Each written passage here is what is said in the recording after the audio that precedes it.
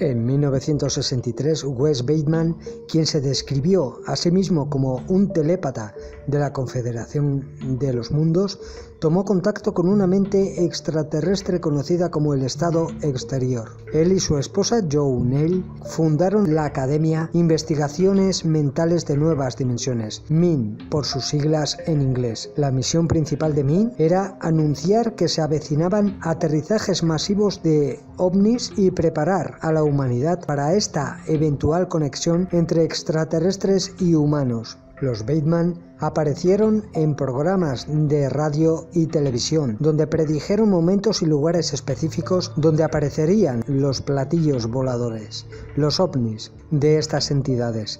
Algunas de estas predicciones aparentemente se cumplieron, al menos según declaraciones de testigos.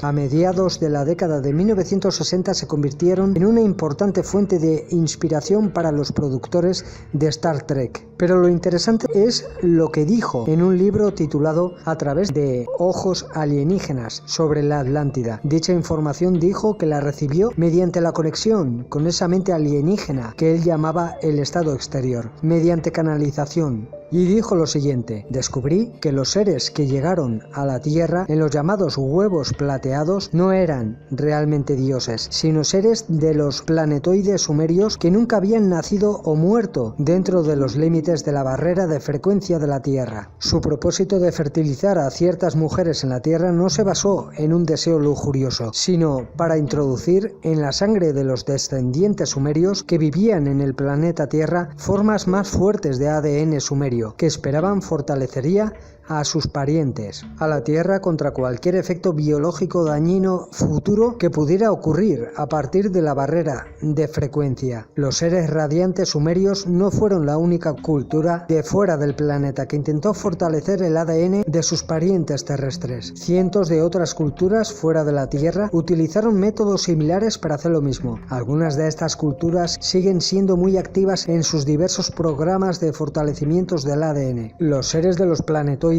sumerios también incluyen en sus actividades la preservación y fortalecimiento del ADN de las formas de vida vegetal y animal en la Tierra. El antiguo conocimiento de estas actividades de conservación de animales dio origen a la historia de Noé y de su arca. La historia fue cambiada varias veces para adaptarse a las referencias de quienes podían entender mejor el uso de un arca para salvar animales que el de una nave espacial que los llevaba a pastos en diferentes planetas. Durante varios miles de años he tenido una buena cantidad de vidas cortas. En muchas de estas vidas fui miembro de tribus de cazadores-recolectores, a menudo muriendo en la infancia y en algunos casos habiendo sobrevivido milagrosamente a enfermedades y otras adversidades ambientales. En el reino de los dos Atlantes, es decir, el lugar que ahora se llama la Atlántida. Un colono de la Atlántida. Me conocían como Mac Denzel. Mi padre se llamaba Barman Den y mi madre Ta Mesa. Yo era el tercero de 4 hijos. Para situar el marco del tiempo, el reino formado por las tierras Featlan y Roatlan se habían fundado aproximadamente 135 años antes de mi nacimiento y pasarían unos 120 años antes de que Lord Sarmaele de Marte naciera en vida que describía un texto anterior, 29.000 años antes de Cristo. Desde los 4 años que me enseñaron junto con otros niños a leer y a escribir en un colegio público. Cuando completamos este curso de aprendizaje,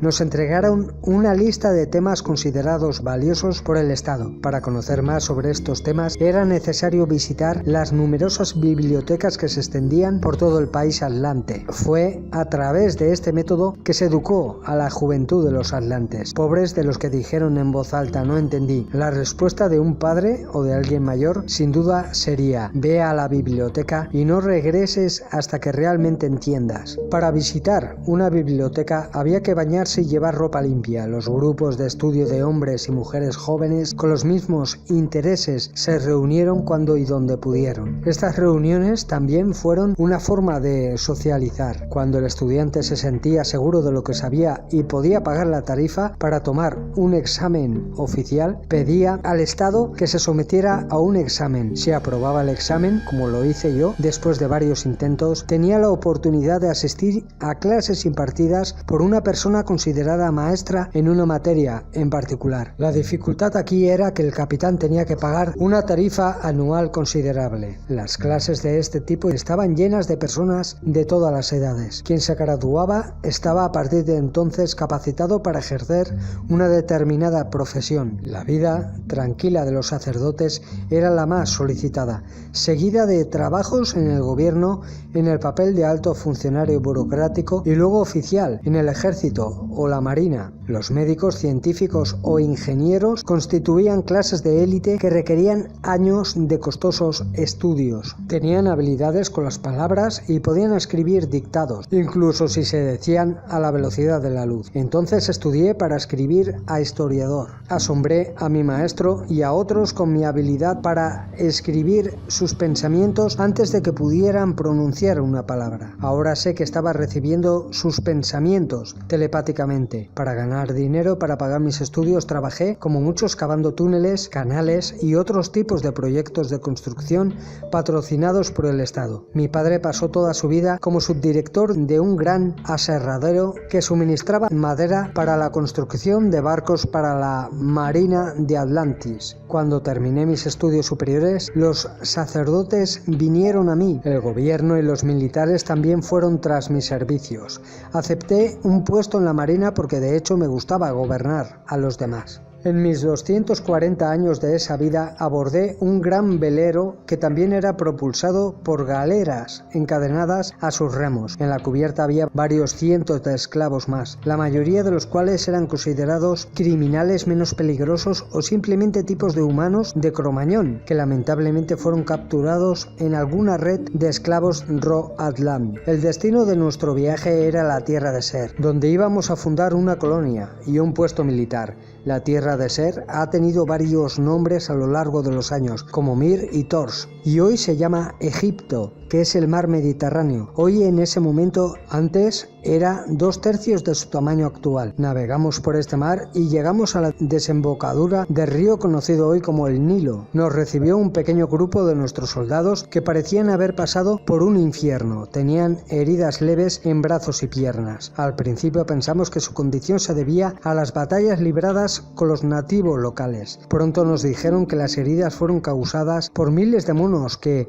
por algún motivo aún desconocido, atacaban a personas en determinadas fases de la luna. Fuimos a los campamentos de la unidad avanzada y pusimos a trabajar a los esclavos, raleando el espeso follaje para poder ampliar el lugar para la construcción de viviendas para los recién llegados. La Tierra de Ser, Egipto, estaba luego cubierta por un espeso bosque tropical que se extendía por varios cientos de kilómetros al este y al oeste del gran río Nilo, y siempre parecía estar lloviendo. El óxido y el moho también fueron problemas con los que tuvimos que lidiar. El jefe de la unidad avanzada nos brindó una breve información sobre los dos tipos de pueblos originarios de la región. Desde la llegada de la unidad avanzada se había visto a guerreros de ambos grupos investigando juntos, bajo un solo mando, las fronteras del campo atlántico. Una de las primeras tareas que nos encomendaron antes de dejar Featlan fue tratar de encontrar innumerables pirámides construidas por los dioses en algún momento del pasado remoto. Una mañana, junto con un grupo de sacerdotes,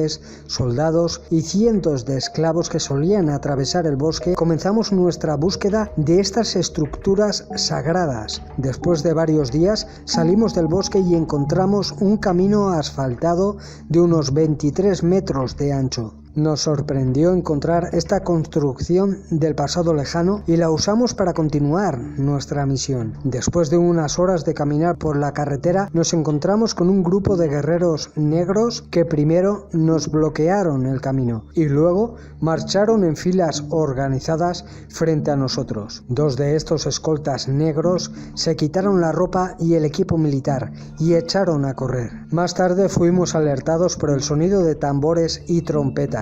Un grupo de personas vestidas con ropa de todos los colores se acercaron a nosotros. En una litera cubierta estaba sentada una hermosa mujer que, según supimos, era la princesa Ritoun. Pronto descubrimos por qué no temía por su seguridad. Los bosques a ambos lados del camino estaban llenos de sus guerreros. Traté de leer sus pensamientos, pero se dio cuenta de inmediato de que estaba siendo escaneada mentalmente. Bloqueó mis intentos.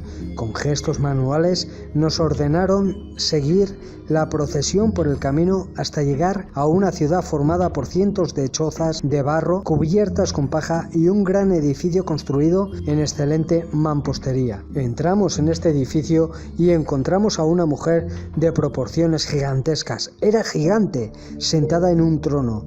Pesaba unos 300 kilos.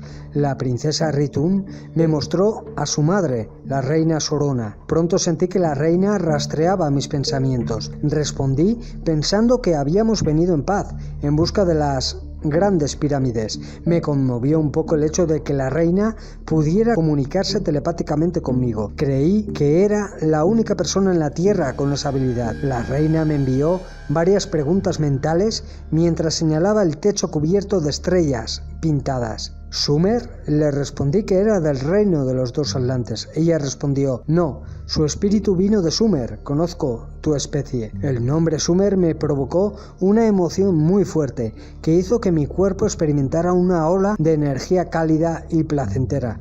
Luego preguntó si queríamos comprar cadáveres humanos o animales. Cuando le dije que no queríamos tal cosa, se encogió de hombros y dijo: no me importa.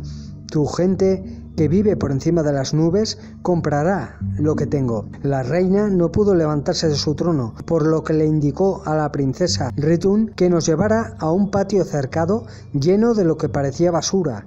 Al tocar algunos de estos extraños objetos se encendían y en ocasiones producían sonidos. El guardián de la chatarra dijo, a modo de señas, que podría tener uno o más de estos objetos si le daba algo a cambio. Me atrajo una pequeña esfera de cristal que se volvió azul y humeante cuando miré en su interior y me sentí bien. El guardián, a cambio, aceptó un medallón de oro con el retrato de un antiguo rey de los Atlantes. Nos dijeron que los extraños objetos provenían de la región donde se ubicaban las grandes pirámides y de la gente del cielo que los intercambiaba por cadáveres. En otro edificio habían innumerables cadáveres de personas y de animales que habían pasado por varias etapas de momificación. El cuerpo, cuando estuvo completamente preparado y envuelto, se colocaba en un recipiente metálico que tenía un compartimento a los pies donde se colocaban los órganos internos del fallecido. Nos quedamos con la gente de la reina Sonora durante varias semanas, durante las cuales estudiamos los extraños objetos de la chatarra. Debo confesar que nunca supimos qué eran ni para qué servían. En mi vida actual utilizo dispositivos similares para preparar alimentos y observar las actividades vivas de los microbios. Mis pensamientos aburrieron a la reina y pasó la mayor parte de su tiempo en comunicación mental, cerrando tratos para intercambiar más cadáveres por chatarra con los seres de los mundos distantes del cielo que ella llamaba Sumer y Nodia. Nos dijeron que el lugar donde estaban ubicadas las grandes pirámides estaban controladas por los laureles, en quienes no se podían confiar. Además, nos informaron que los laureles habían hecho recientemente un acuerdo con la gente del cielo para proporcionarles también cadáveres. Se decía que los laureles no esperaban la muerte natural y en ocasiones recurrían a la guerra contra los pueblos que vivían más al sur, recorriendo incluso a asesinatos de su propia especie para conocer sus envíos de cuerpos.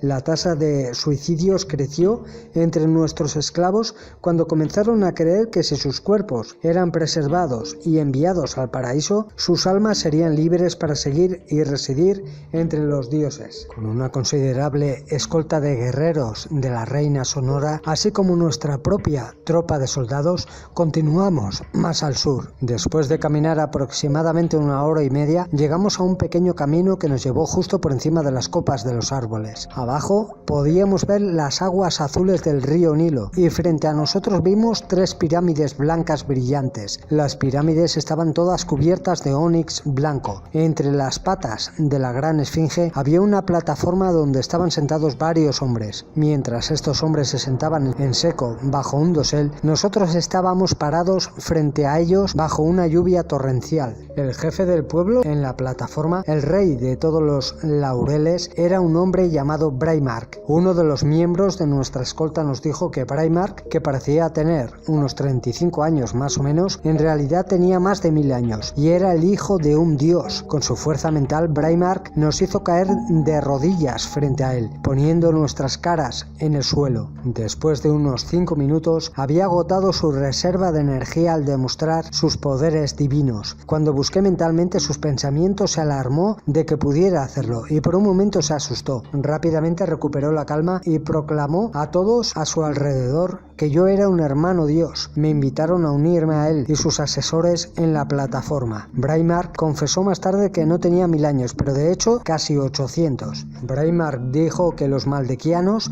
detestaban a los seres que volaban en discos negros por una variedad de razones, una de las cuales era que en algún momento del pasado habían robado la piedra superior, una pirámide en miniatura de la gran pirámide hecha de un cristal de Astrar, una sustancia más dura que el universo material, y que actuó como un amplificador cuando se colocó en la parte superior de la pirámide, de la gran pirámide. Una noche me uní a Braymark y un grupo de sus seguidores cuando en secreto sacaron varios cargamentos de cadáveres de la meseta y los llevaron a la orilla del río, donde colocaron los contenedores en balsas. Del interior del agua emergió un barco negro en forma de disco que mediante cuerdas arrastró las balsas hasta el lugar donde el vehículo parecía flotar. Por medio de cuerdas atadas al otro extremo de las balsas, Braymark las devolvió a la playa junto con cajas y más cajas llenas de gemas y varias cajas de dulces. Cuando regresábamos a la cima de la meseta, Braymark me ofreció un dulce delicioso y me comentó lo siguiente: lo que la gente de mi padre no sabe, no te lastimará. Aproximadamente 2 días después, alrededor del mediodía, Braymark y sus asesores se sentaron en la plataforma entre las piernas de la gran esfinge. Afortunadamente no me había unido a ellos. Estaba en camino cuando vi un destello de luz solar en el cielo que reflejaba la capa plateada de una nave espacial triangular. La nave descendió muy bajo y se cernió sobre la plataforma. Después, mientras Braymark y sus asesores saludaban amistosamente, otro destello en forma de una línea de luz naranja brillante salió de la nave y la plataforma y sus ocupantes se redujeron instantáneamente a una pila de cenizas humeantes. Después la nave rodeó la meseta arrojando trozos de metal. En una de esas piezas había un triángulo plateado. Mi grupo abandonó rápidamente el área de la pirámide y regresó a nuestro campamento cerca de la desembocadura del río. Envié un informe al rey de los 2 Atlantes contándoles lo que había aprendido sobre la tierra del ser y lo que había visto suceder en ese horrible día a la sombra de las grandes pirámides. Con la llegada de la próxima nave se me ordenó regresar a mi tierra natal. Fui elevado al rango de noble y comencé a servir al rey como embajador mental ante los extraterrestres. A través de mis comunicaciones mentales con extraterrestres aprendí sobre la destrucción de Maldek y todos los problemas que terminaron con los planetas y radares del sistema solar. Me dijeron que mi esencia psíquica era nativa del planetoide Omurai, titán luna de Saturno, que es parte del sistema de radiación de Sumer, Saturno. En ese momento llegué a un acuerdo telepático entre la Federación y el rey de los Atlantes. Este acuerdo permitió a la Federación, sin conflictos, recolectar ocasionalmente especímenes de formas de vida animal y vegetal en las fronteras del reino. Una noche de verano, cuando tenía 83 años, sentado en el porche de mi casa con mi esposa de 49 años, Millie Annette, y mi único hijo, Mon Bester, de 22 años, a pedido de ellos comencé a contar las historias de mi juventud en la tierra del ser. Cuando llegué a la parte donde cambié el medallón por la pequeña esfera de cristal, quise sostenerlo, una vez más, en mis manos. Envié a Mon Bester a la casa. Tomé la esfera y la sostuve hasta que terminó mi historia. Me sentí cansado y pedí que me dejaran solo un rato. Pasé algún tiempo mirando dentro de la niebla azul y al mismo tiempo la imagen de una hermosa joven comenzó a formarse en su interior. Mientras miraba a este ser radiante en la esfera, escuché una voz suave que decía lo siguiente: «Es la hora, Trome de Sumer, es la hora. Me quedé dormido y mi alma volvió a salir a nadar en el río del tiempo. Fue y sigue siendo difícil sacar a los seres vivos de la barrera de frecuencia. Los seres humanos que son introducidos repentinamente al limitado estado mental abierto, en general, se vuelven totalmente locos. Cuanto más retroceda en el tiempo, más podré contar con que eso suceda. La barrera de frecuencia es actualmente lo suficientemente débil como para permitir que ciertas personas, tanto cerradas como abiertas, entren y salgan de la barrera después de un breve periodo de intensa preparación, acondicionamiento biológico, dado que los seres humanos vivos se volvían locos y por lo general morían como resultado de una actividad cerebral bioeléctrica incontrolable, similar a la epilepsia. No era práctico llevar a personas vivas de la barrera de frecuencia al estado abierto, donde seguramente morirían de una muerte cruel y dolorosa. En el tiempo de vida que acabo de describir, quienes vivían en un estado abierto habían desarrollado métodos que permitían realizar la autopsia de los cadáveres de un terrestre y estudiar los efectos biológicos de la barrera de frecuencia durante la vida de la persona. Estos estudios se realizaron tanto para predecir la tasa de disminución de la barrera de frecuencia como para determinar qué patrones de ADN eran los más adecuados para tolerar sus efectos en el futuro. También parte del programa fue un híbrido humano elaborado mediante ingeniería genética que fue capaz de tolerar los efectos de la barrera de frecuencia. Las razones para crear un híbrido de este tipo son tan numerosas que no es posible describirlas. Uno podría preguntarse por qué los maldaquianos y sus aliados en el espacio abierto no capturaron seres humanos vivos de la Tierra. Después de todo, no les preocuparía que los secuestrados murieran.